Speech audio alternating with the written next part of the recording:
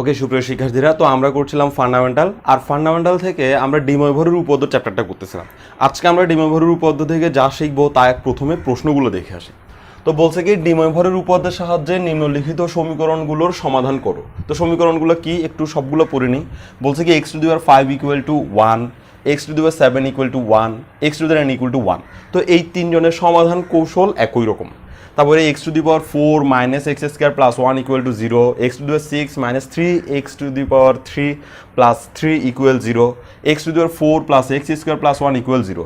এই তিনজনের সমাধান কৌশল আবার একই রকম। আর এই যে লাস্টে x⁵ plus x⁴ plus x³ plus 1 equal 0। তো এই টোটাল প্রশ্নগুলোর সমাধান আমরা আজকে শিখবো। তো প্রথম প্রশ্নটা নিয়ে আলোচনা করি। প্রথম প্রশ্নে বলছে কি x⁵ ইকুয়াল টু 1। তো আমরা শুরু করি। ক নম্বরে বলছে x⁵ ইকুয়াল টু 1। ওকে, তো আমরা যেহেতু এটা ডিময়ভরের সূত্রের সাহায্যে সমাধান করব, তো ডিময়ভরের সূত্রে cos θ প্লাস i sin θ আনতে হবে। তাহলে আমরা একটা কাজ করি, x⁵ তার জায়গায় থাক ইকুয়াল টু 1-এর বদলে আমরা লিখে দিই cos 0 প্লাস i sin 0। ওকে, কারণ আমরা যেটা জানি cos 0 plus i sin 0 equal to 1। কেমনে বুঝলাম? এই cos 0 মানে হচ্ছে 1, ওকে, প্লাস এ আই মানে হচ্ছে আই, আর সাইন 0 মানে হচ্ছে 0। তো 0 যদি আয়ের সাথে গুণ হয় তাহলে এটা পুরোটাই 0 হয়ে যাবে, আর এখানে খালি 1 থাকবে। তার মানে cos 0 plus i sin 0 equal to হচ্ছে 1। তো এখন আমাদেরকে আসলে সমাধান করতে বলছে। তো এখানে x⁵ সমাধান আমরা যখন করতে চাইবো তখন আমাদের কাহিনী কি হবে, আমরা x এর মান বের করব। তো x এর মান বের করার জন্য আমরা কি করবো, 5টাকে ওই দিকে নিয়ে যাবো। একটু খেয়াল করি, তাহলে আমি এখানে শুধু x লিখবো, পাওয়ারটা লিখবো না। আর পাওয়ারটা যদি আমি এই দিক থেকে ওই দিকে নিয়ে যাই তাহলে যে ঘটনাটা ঘটবে সেটা হচ্ছে ঠিক এরকম, i sin 0 টা লিখে ফেললাম হোল টু দি পাওয়ার, এখানে ছিল 5, এখানে সেটা এসে হয়ে যাবে 1/5। ওকে, তাহলে আমরা যদি এখান থেকে কোনো একটা পাওয়ারকে ওইদিকে নিয়ে যাই তাহলে সেটা 1/5 হয়ে যাবে। হ্যাঁ, এখন প্রশ্ন জাগতেছে যে এইটা কেমনে হইলো যে এদিকের 5 ওইদিকে 1/5 হয়ে যায় কিভাবে, তাই না? ওকে, সেটার জন্য আমি একটু ছোট্ট করে বুঝাই দিই। ধরলাম আমাকে বললো কি x² ইকুয়াল টু হচ্ছে এরকম যে 2, x² ইকুয়াল টু 2, আর এখান থেকে আমি x এর মান বের করব। তো আমাদের যে ট্রেডিশনাল চিন্তাধারা সেটা দিয়ে আমরা x এর মান বের করি। আমি করব কি, উভয় পক্ষকে রুট করে দিব। তাহলে ওকে যদি রুট করে দিই তাহলে এরকম লিখতে হবে, x² কে রুট করলাম, আর ওকে রুট করলে লিখতে হবে এরকম √2। ওকে, তাহলে এরপর আমরা করব কি, এই স্কোয়ার আর রুটে কাটে দিব। কাটা দেওয়ার ফলে আমরা পাবো কি এখানে x, আর এখানে খালি পাবো √2। ওকে, এর বাইরে তার কিছু পাচ্ছি না, তাই না? এই জিনিসটাকে আমি আবার চাইলে কিন্তু এভাবেও লিখতে পারি, x equal to 2 to the power half, x equal to 2 to the power half লিখতে পারি। ওকে, মজার ব্যাপার হচ্ছে আমি এখন এই মাঝখান থেকে দুইটা লাইন যদি মুছে দিই তাহলে ব্যাপারটা কি দাঁড়াইলো, এখানে যে স্কোয়ারটা ছিল এখানে এসে সেটা পাওয়ারে 1/2 হয়ে গেছে। ওকে, আচ্ছা এটা ভালো লাগে না, আর একটু সামনের দিকে দেখি, অন্য একটু উদাহরণ দিয়ে দেখি। ধরলাম x² ইকুয়াল টু 2 না বলে আমাকে বললো x³ ইকুয়াল টু 2। ওকে, তাহলে x³ ইকুয়াল টু যদি 2 হয় তাহলে আমাদেরকে x এর মান বের করতে হবে। x এর মান যদি বের করতে হয় তাহলে কিউবকে তাড়াইতে হবে। তো কিউবকে আমরা কিভাবে তাড়াবো? কিউবকে তাড়ানোর জন্য আমাদেরকে দিতে হয় কিউবিক রুট, এখানেও দিতে হবে আমাকে কিউবিক রুট। তাহলে উভয় পক্ষকে আমি কিউবিক রুট যখন করব তখন কিউব চলে যাবে। তাহলে ঘটনাটা কি দাঁড়াইলো, এইখানে কিউব আর রুটে কিউবিক রুটে কাটা খালি x থাকবে ইকুয়াল টু এখানে কিউবিক রুট যেমন আছে তেমন থাকবে। ওকে, কারণ এখানে 2 এর কিউবিক রুট তো আর পাচ্ছি না, যা কাটা যাবে। তো এই লাইনটাকে আমরা এভাবেও লিখতে পারি, x equal to 2 to the power cubic root মানে হচ্ছে পাওয়ারে 1/3, কিউবিক রুট মানে হচ্ছে পাওয়ারে 1/3। ওকে, তাহলে এখন মজার ব্যাপারটা আবার দেখি, মাঝখান থেকে 2 লাইন যখন মুছে দিব তখন এই যে কিউবটা ওইখানে গিয়ে 1/3 হয়ে গেছে বলে দেখা যাচ্ছে। ক্লিয়ার? তো আসলে আমরা যে এখান থেকে 5টা এখানে 1/5 হিসেবে নিয়ে আসছি, এই মাঝখানের দুইটা লাইন আসলে করি নেই, জাস্ট এটুকুই। তাহলে আমরা অ্যাডভান্স লেভেলে চিন্তা করতেছি আসলে। তাহলে এটা নিয়ে আমার আর আলোচনা করার দরকার আছে বলে আমি মনে করি না। তাহলে আমরা এবার ডিময়ভরের উপপাদ্যে অ্যাপ্লাই করতে পারবো। তাহলে এখানে দেখা যাচ্ছে পাওয়ার 1/5, তাই না? পাওয়ার 1/5 মানে হচ্ছে 5টা আনসার আসবে। তো 5টা আনসারকে এখান থেকে পাবো না, পাবো না। সেজন্য আমরা করবো কি, এটাকে n পর্যন্ত বর্ধিত করব। তাহলে cos এখানে দিয়ে দেবো 2nπ plus 0 plus i sin 2nπ plus 0 whole to the power 1/5 যেমন আছে তেমন থাক, ইকুয়াল টু 2nπ এর সাথে 0 যোগ, এটা তো 2nπ হবে, তাই না? এখানেও 2nπ এর সাথে 0 যোগ, এটা 2nπ হবে, তাই না? তাহলে এবার আমরা ডিময়ভরটা অ্যাপ্লাই করে দিই। ডিময়ভর বলছে কি এই 1/5টা ওর পাশে আর 1/5টা ওর পাশে বসাই দিতে পারবো, কারণ কজের এই থিটা আর সাইনের এই থিটা একই রকম। তাহলে আমরা বসাই দিলাম সেকেন্ড ব্র্যাকেট, আর লাগবে না কারণ পাওয়ার তো চলে আসতেছে। তাহলে আমরা এভাবে পাচ্ছি cos 2n pi divided by 5, কারণ এই 1/5 যদি এখানে গুণ হয় তাহলে নিচে 5 গুণ হবে, plus i sin 2n pi by 5। ব্যাস, এটাই হচ্ছে আমাদের জন্য আনসার। তবে যেহেতু এখানে 1/5 ছিল, তো আমাদের কয়টা আনসার আসবে? 5টা। তো আমরা লিখব যেখানে n ইকুয়াল টু 0 1 2 3 4। ওকে, তাহলে n ইকুয়াল টু 0 1 2 3 4 এই 5টা আনসার আমাদের জন্য আসবে। তাহলে কয়টা লিখছি দেখি, 1 2 3 4 এই একটা 5টা। ওকে, ব্যাস, তাহলে x two the power 5 equal to 1 এর সমাধান হচ্ছে ডি ময়বরের সূত্রের সাহায্যে cos এত প্লাস i sin এত। ঠিক আছে, এরপর আমরা দ্বিতীয় প্রশ্নটার দিকে তাকাই। x two the power 7 equal to 1। আমি নিশ্চিত জানি যে এটা আমার আর করায় দেওয়ার দরকার নেই, এটা আমরা নিজেরা পারবো। ওকে, তাহলে আমায় না করে। এরপরে বলছে x two the power n equal to 1। তো x two the power n equal to 1 এটাও আমরা পারবো, খালি একটা চেঞ্জ, সেটা হচ্ছে এই যে এখানে আমি অতিরিক্ত n আনছি, এই জায়গায় n না এনে আমাকে আনতে হবে অন্য কোনো একটা সংখ্যা, যেটাকে আমি মিন করলাম k। তাহলে এখানেও আমি kটা আনতে পারি, ফলে এই 2n পাই এটা হয়ে যাবে 2k পাই, এই n পাই এটাও হয়ে যাবে 2k পাই। আরেকটা চেঞ্জ হবে, সেটা যেহেতু x টু দি পাওয়ার এখানে ছিল n, এখানেও হয়ে যাবে n, আর এই n যখন ওইখানে চলে যাবে তখন এটা 1/n হয়ে যাবে, ফলে এই সংখ্যাটাও হয়ে যাবে 1/n। আর এই 1/n যখন গুণ হবে তখন এই 5টা হয়ে যাবে n, এই 5টা হয়ে যাবে n। এখানে n থাকার কারণে আমরা নতুন যে 2n পাই যেটা আনতাম সেটা 2k পাই আনছে, যার কারণে এখানেও একটা চেঞ্জ আসবে, n না হয়ে এখানে আমরা দিব k ইকুয়াল টু হচ্ছে 0 1 2 3 4। তো 1 2 3 4 এত না লিখে আমাদেরকে আরও লিখতে হবে, কারণ ডট ডট ডট ডট এটা কত পর্যন্ত, এটা হচ্ছে n পর্যন্ত, তাই না? এখানে পাওয়ার কত আছে? n। আচ্ছা, এখানে পাওয়ার আছে n, তাই না? তাহলে আমাকে n-1 পর্যন্ত লিখতে হবে, ডট ডট ডট n-1 পর্যন্ত। এরপর আবার ইত্যাদি লেখা যাবে না, ডট ডটও দেওয়া যাবে না, সঙ্গে সঙ্গে কিন্তু নাম্বার কেটে যাবে, 4 নাম্বার চলে যাবে সঙ্গে সঙ্গে। ওকে, তাহলে x two the power n এর জন্য আমরা সমাধানটা করে ফেললাম। আর তাহলে বাড়ির কাছ থাকবে পিডব্লিউ থাকবে, পিডব্লিউ হচ্ছে এটা। ওকে, x টু দি 7। এরপর আমরা এই ঘ উম চ এই 3টা অঙ্ক প্রায় কাছাকাছি রকমের, আমরা এখন ঘ নাম্বার অঙ্কটা প্রথমে দেখার চেষ্টা করব। আচ্ছা, তো ঘ নাম্বার অঙ্কে আমরা দেখতে পাচ্ছি বলছে কি x two the power 4 minus x square plus 1 equal 0 এই সমীকরণটা সমাধান করো। তো সমীকরণের সমাধান মানে হচ্ছে x এর মান বের করা, তাই তো? এখন এই সমীকরণটা একটা দ্বিঘাত সমীকরণ। ওমা, দ্বিঘাত সমীকরণ কাকে বলে? যার ঘাত 2 থাকে তাকে দ্বিঘাত সমীকরণ বলে। এটার ঘাত তো দেখা যাচ্ছে 4, অর্থাৎ একটা সমীকরণে কোনো একটা চলকের সবচেয়ে বড় পাওয়ার যেটা থাকবে তাকে বলা হয় তত ঘাতের সমীকরণ। তাহলে এটার পাওয়ার সবচেয়ে বড় কত? 4, তাহলে এটাকে বলা হবে 4 ঘাতের সমীকরণ। কিন্তু এই বেটা আসলে আমার চোখে দ্বিঘাত সমীকরণ। কেন? কারণ আমি ওকে দ্বিঘাত বানাইতে পারবো। তাহলে আমরা একটু দ্বিঘাত সমীকরণটা দেখে আসি, যেটা আমরা ক্লাস 9-এ শিখছি, এইচএসসিতে শিখছি। Okay, ax square plus bx plus C equal 0 এই সমীকরণটাকে বলা হয় দ্বিঘাত সমীকরণ। কেন দ্বিঘাত সমীকরণ বলা হয়? কারণ এই যে এক্স এর মাথার উপরে একটা পাওয়ার দেখা যাচ্ছে, ওই পাওয়ারটা হচ্ছে 2। এটা এক্স এর মাথার উপর পাওয়ার 2, এই জন্যই ওকে দ্বিঘাত সমীকরণ বলা হয়। কিন্তু এই ব্যাটার আসল নাম হচ্ছে সাধারণ দ্বিঘাত সমীকরণ। কারণ কখনো কখনো আমরা এরকম সমীকরণ পেতে পারি যে x square equal to x square minus 1 equal to 0। এটাও কিন্তু দ্বিঘাত সমীকরণ, কিন্তু এটা সাধারণ দ্বিঘাত সমীকরণ নয়। সাধারণ দ্বিঘাত সমীকরণ মানে হচ্ছে যদি একটা সমীকরণ আসলে পারফেক্টলি নর্মালি দ্বিঘাত সমীকরণ হতে চায়, তার চেহারাটা এরকম থাকতে হবে। এটা আমরা শিখছি যে দ্বিঘাত সমীকরণ ax square plus bx plus c equal 0। কিন্তু একটা বিষয় আমরা হয়তো শিখি নাই, সেটা হচ্ছে দ্বিঘাত সমীকরণ আসলে এটাকে বলে না। দ্বিঘাত সমীকরণের মূল যে ফরমেশন সেটা হচ্ছে এরকম যে প্রথম চলকে, প্রথম এই পদে আর কি, এটাকে পদ বলা হয়, প্লাস এবং মাইনাস চিহ্ন দিয়ে আলাদা হওয়া রাশিগুলোকে বলা হয় পদ। ওকে, তাহলে এই প্রথম পদে এক্স এর পাওয়ার যতটা থাকবে, প্রথম পদে এক্স এর পাওয়ার যতটা থাকবে, দ্বিতীয় পদে এক্স এর পাওয়ার অর্ধেক হবে। তাহলে প্রথম পদে এক্স এর পাওয়ার কত? 2, 2কে অর্ধেক করলে কত হবে? 1, 2 এর অর্ধেক হচ্ছে এখানে দেখা যাচ্ছে 1।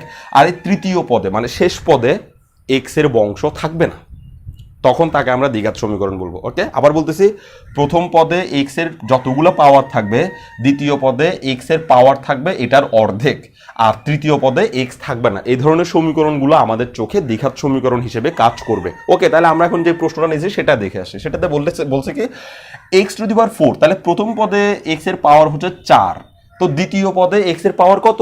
2, তার মানে এই 4 এর অর্ধেক। আর তৃতীয় পদে দেখা যাচ্ছে এক্স এর বংশ নাই, তার মানে এটা আমার চোখে একটা দ্বিঘাত সমীকরণ হওয়ার যোগ্যতা রাখে।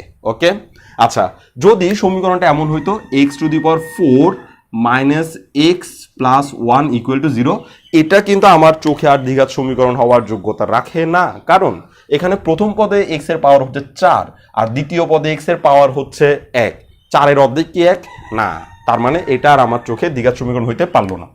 যদি এইভাবে থাকতো x to the power 4 minus x cube plus 1, এবারও সে দ্বিঘাত সমীকরণ হতে পারবে না। কারণ প্রথম পদে এক্স এর পাওয়ার হচ্ছে 4, দ্বিতীয় পদে অর্ধেক থাকার কথা ছিল, মানে 4 অর্ধেক, কিন্তু এখানে 4 অর্ধেক নাই, যার কারণে সে দ্বিঘাত সমীকরণ হওয়ার যোগ্যতা হারাই ফেলছে। ওকে, তাহলে দ্বিঘাত সমীকরণ হওয়ার যোগ্যতা হারাইলো। আমরা যে সমীকরণটা আসলে সমাধান করতে চাচ্ছি সেই সমীকরণটা মূলত একটা দ্বিঘাত সমীকরণের ফ্রেমে ফেলতে পারবো। দেখি একটু, তাহলে আমরা শুরু করি। প্রথমে আমরা সমীকরণটা লিখলাম, বা আমরা করব কি এক্স টু দি পাওয়ার 4 কে আমরা এক্স স্কোয়ার হোল স্কোয়ার লিখতে পারবো, minus x square plus 1 equal to 0 এভাবে লিখতে পারবো। খুব ভালো করে খেয়াল করি, দ্বিঘাত সমীকরণের পরিণত করার জন্য আমরা করলাম কি এক্স টু দি পাওয়ার 4 কে স্কোয়ার হোল স্কোয়ার লিখছি, আর যা যা যেভাবে আছে সেভাবে ওদেরকে কোনো চেঞ্জ করি না।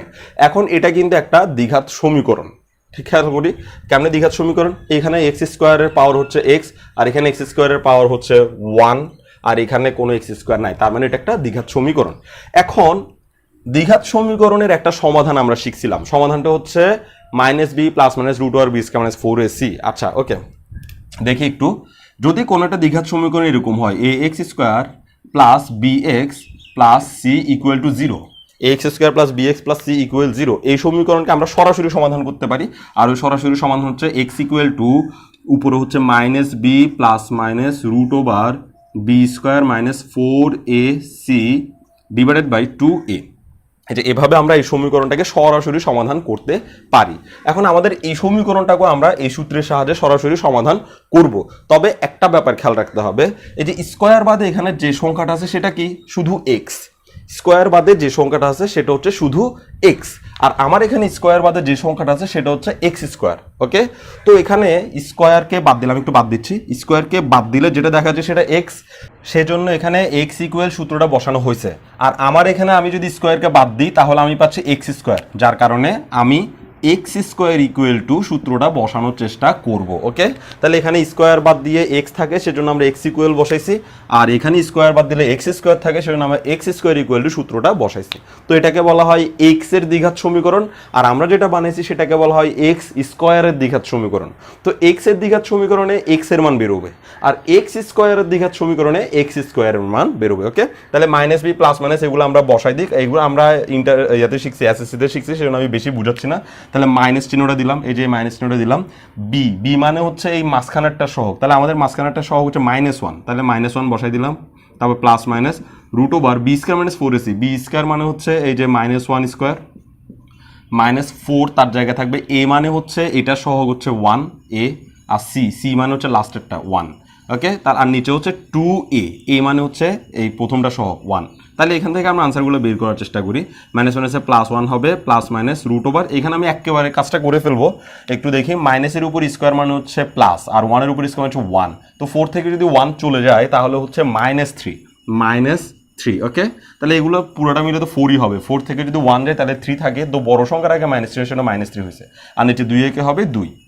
এখন এই রাশিটাকে আমি এভাবে লিখতে পারি যে 1 প্লাস মাইনাস রুট ওভার, একটু খেয়াল করি, এটাকে আমি এভাবে লিখতে পারি √3i, মানে i√3 এভাবে লিখতে পারি, আর নিচে 2 যেমন আছে তেমন থাকলো। তাহলে রুট ওভার -3 কে কীভাবে i√3 লেখা যায় সেটা একটু এখানে আমি নোট দিচ্ছি।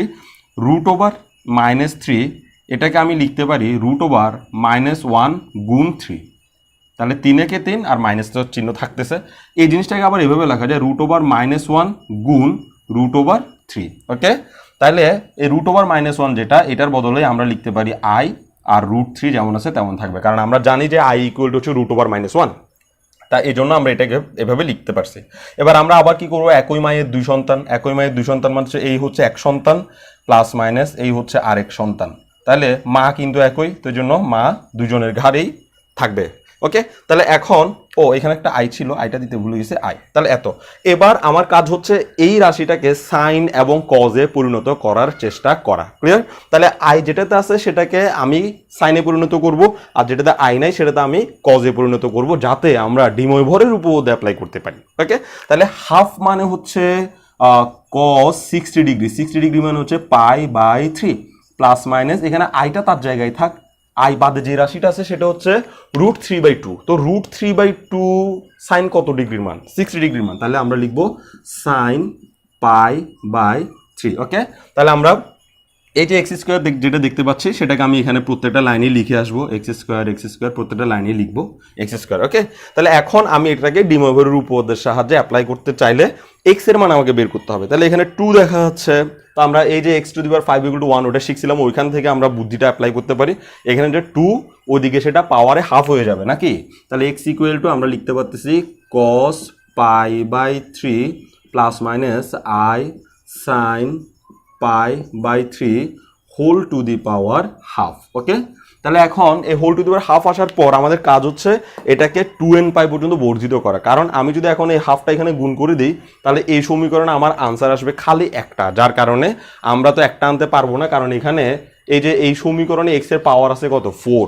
তো আমরা যখন কোনো একটা সমীকরণকে সমাধান করতে চাই তখন ওই সমীকরণের পাওয়ার হয় ওর মূল সংখ্যা। তাহলে এই সমীকরণকে চতুর্ঘাতের সমীকরণ, এর মানে হচ্ছে ওর 4টা মূল বা সমাধান থাকবে। তাহলে আমি যদি এটা এখন বসাই দিই, এই হাফ এখানে বসাই দিই, তাহলে আমি কিন্তু 4টা সমাধান পাবো না, যার কারণে আমাদেরকে করতে হবে কি 2n π অতিরিক্ত ব্যবস্থা করতে হবে।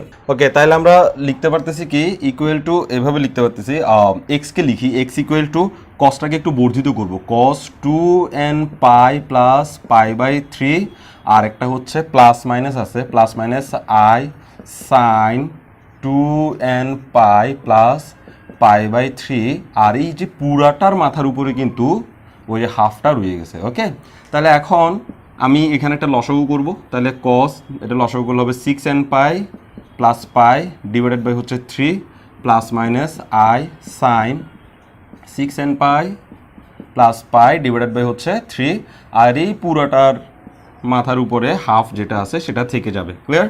এবার আমি ডি ময়ভরের সূত্রের সাহায্যে হাফটা গুণ করে দিব, তাহলে cos 6n π plus π divided by 6 plus minus i sin 6n π plus π divided by 6। তাহলে আমরা x এর আনসার একদম লাস্ট লাইনে চলে আসছি। তাহলে x = যা আনা দরকার সেটা আমরা পাইছি, কিন্তু আমার এখানে এই n এর মানের উপর নির্ভর করতেছে কতগুলো মূল আমরা পাবো। তো আমাকে কিন্তু সমীকরণে বলছে, একটু সমীকরণে মুছে ফেলছি, তো সমীকরণে বলছে যে এটার 4টা আনসার আসতে পারে, কিন্তু আমি যদি এখানে যেখানে n = কিছু না লিখি তাহলে তো অসীম পর্যন্ত আনসার আসবে। তো এটা আমরা কখনোই চাই না, সেটা আমরা লিখবো যেখানে n = এইবার এই জায়গায় কিন্তু এসে আমরা একটু বিপদে পড়বো। এতদিনের ট্রেডিশনাল সিস্টেম এবার কিন্তু কাজে আসবে না। তাহলে এখানে n = হবে 0 আর 1, এর বাইরে আর কিচ্ছু হবে না। ওকে, তো এখন নিশ্চয়ই প্রশ্নটা জাগছে, সেটা হচ্ছে আমাদের মান লাগবে 4টা আর আমরা এখানে লিখলাম মাত্র 2টা, কাহিনী কি? ওকে, তাহলে আমি ব্যাখ্যাটা একটু দিই। এতদিন আমরা যে অঙ্কগুলো করছিলাম ওগুলোর এই মাঝখানে কিন্তু প্লাস মাইনাস ছিল না, যার কারণে যতগুলো মান দরকার ছিল ততগুলোই আমাকে লিখতে হয়েছে। কিন্তু আজকে একটু দেখি, আমি যদি n এর মান এখানে 0 বসাই, এই যে n এর মান এখানে 0 বসাই, তাহলে প্লাস দিয়ে একটা আনসার আসবে, মাইনাস দিয়ে একটা আনসার আসবে। তো কয়টা আনসার হলো? 2টা। আবার বলতেছি, n এর মান 0 যদি এখানে বসাই তাহলে প্লাসের জন্য একটা আনসার আসবে, মাইনাসের জন্য আরেকটা আনসার আসবে। তার মানে n এর একটা মানের জন্যই আমরা 2টা আনসার পেয়ে যাচ্ছি।